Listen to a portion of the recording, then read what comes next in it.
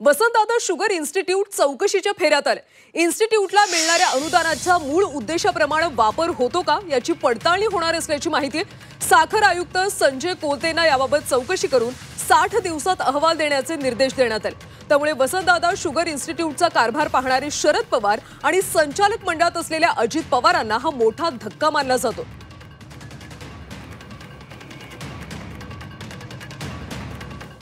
तर अनुदानाच्या मूळ उद्देशाने विनियोग होतोय का हे तपासलं जाणार आहे।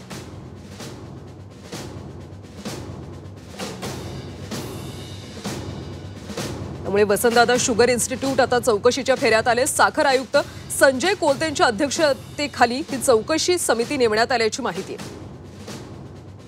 साखर आयुक्त 60 दिवसात शासनाला अहवाल देणार असल्याची देखील माहिती आहे। इन्स्टिट्यूटला ऊस गाळपासाठी प्रति टन 1 रुपयाचं अनुदान मिळतं। शरद पवार या इन्स्टिट्यूटचे अध्यक्ष आहेत। राष्ट्रवादीचे बहुतांश कारखानदार पदाधिकारी आहेत।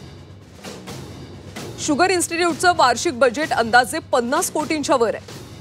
दरवर्षी शुगर इन्स्टिट्यूटला 6 ते 8.50 कोटींचं अनुदान मिळतं।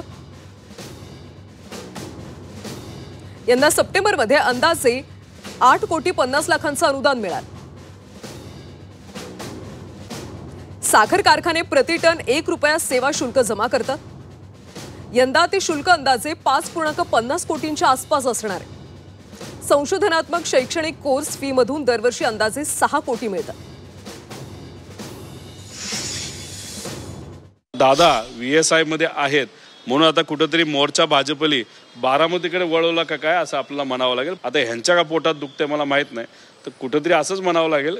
अजितदादांना प्रत्यक्षपणे टार्गेट करायचं का काय, का केलं जातं का काय असं आपल्याला म्हणावं लागेल। चौकशीला काय घाबरायचं आहे? चौकशीत काही निघालं नाही तर संपला।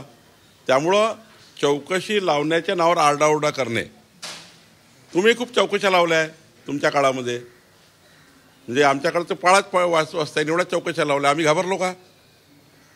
म्हणजे शरद पवार साहेब मुख्यमंत्री असताना आणि त्यानंतर काँग्रेसचे शासन असताना कुणाकुणावर चौकशा लावल्या? चौकशा काही जाणूनबुजून कोणी लावत नाही आणि देवेंद्र फडणवीसजी तर मुळच लावत नाही।